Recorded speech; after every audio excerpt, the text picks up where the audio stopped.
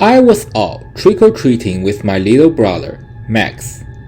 It was getting late, and most houses had turned off their lights, signaling they were done for the night. Then we saw one house with a single porch light and a ball of candy sitting on a small table by the door. Max ran up first, and I followed behind. He reached for the candy, but just as he did, the front door creaked open a few inches. No sound, no movement inside, no answer. Something about it felt wrong. I grabbed Max's arm. Let's go. As we walked away, I heard the door close again, quickly and quietly, like someone was trying not to be heard. That house wasn't supposed to be giving out candy. It was one of the first years I was allowed to trick-or-treat without my parents. My friends and I were having a blast, running from house to house, our bags filling up with candy. Then we noticed a car. It was parked near the curb with its headlights off. Every time we moved to another house, the car slowly crept forward.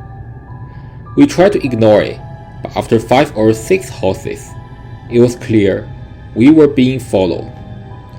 I told my friends, let's test something. We pretended to head home, cutting through a backyard. The car idled for a second, then sped up and turned the corner, trying to guess where we'd come out. That's when we sprinted to a house with people outside and told them. The adults called the cops. By the time they arrived, the car was gone.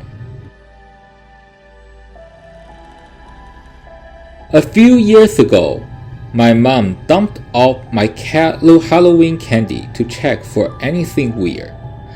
I thought she was being paranoid until she froze, holding a small, sealed plastic bag.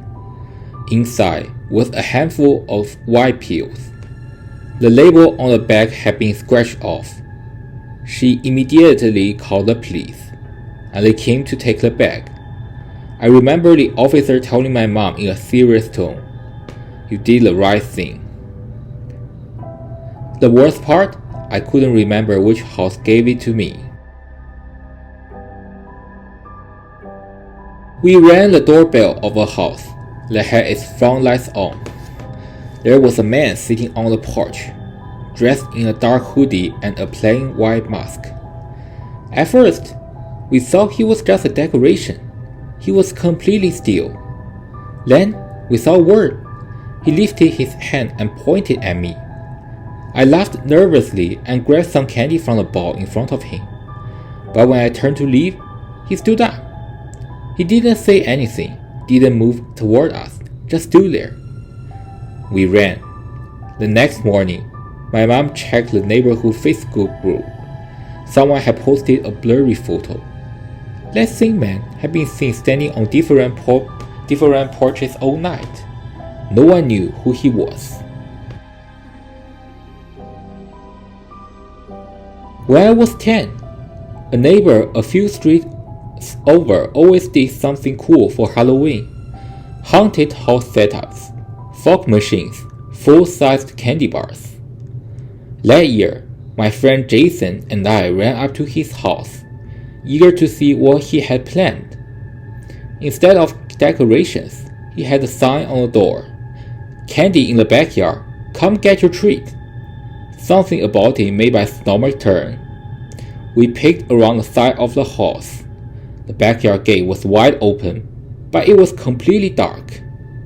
Jason stepped forward, but I grabbed him. "Let's go." A week later, my mom showed me the news.